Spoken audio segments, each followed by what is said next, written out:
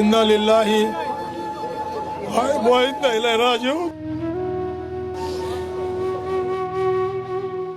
শরীফ ওসমান হাদির মৃত্যুর খবরে এভাবেই কান্নায় ভেঙে পড়ছিলেন বরিশাল রেঞ্জের ডিআইজি মোহাম্মদ মঞ্জুর মোর্শেদ আলম। বৃহস্পতিবার রাতে ওসমান হাদির মৃত্যুর সংবাদে যখন শোকে কাতর পুরো দেশ, তখন আর ঘরে থাকতে না পেরে হাদির হত্যার বিচার চাইতে রাজপথে নেমে আসেন তিনি। আর এর পরপরই হাদিকে নিয়ে দেওয়া তার বক্তব্য ভাইরাল হয় সামাজিক যোগাযোগ মাধ্যমে, যেখানে দেখা যায় হাদি হত্যার বিচার চাইতে এসে কান্নায় ভেঙে পড়েন। বলেন, শহীদ হাদি আমাদের সন্তান। হাদির মৃত্যু অপূরণীয় বিষয়, তার একটা দেহ পুরোটাই বাংলাদেশ।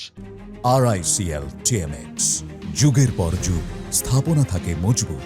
গণমাধ্যমকে তিনি জানান, শুক্রবার বিকেলে হাদি মৃত্যুর সংবাদ শোনার পরই জেলার সকল প্রশাসনিক কার্যক্রম বন্ধ রেখে নেমে আসেন রাজপথে। আর বলেন, হাদির হত্যাকারীদের এক টুকরো ছাড় দেওয়া হবে না, ফ্যাসিস্টদের কোনো ছাড় নেই। ঢাকা ৮ আসনের স্বতন্ত্র প্রার্থী ও ইনকিলাব মঞ্চের আহ্বায়ক শরীফ ওসমান হাদির মৃত্যুতে শনিবার রাষ্ট্রীয় শোক ঘোষণা করেছে সরকার। আর সেদিনই রাজধানীর মানিক মিয়া এভিনিউতে অনুষ্ঠিত হবে হাদির নামাজে জানাজা। বৃহস্পতিবার রাতে জাতির উদ্দেশ্যে দেওয়া এক ভাষণে এ তথ্য জানান প্রধান উপদেষ্টা ডক্টর মোহাম্মদ ইউনুস। ফ্যাসিবাদ ও আধিপত্যবাদ বিরোধী সংগ্রামের এই অমর সৈনিককে মহান রাব্বুল আলামিন শহীদ হিসেবে কবুল করুন।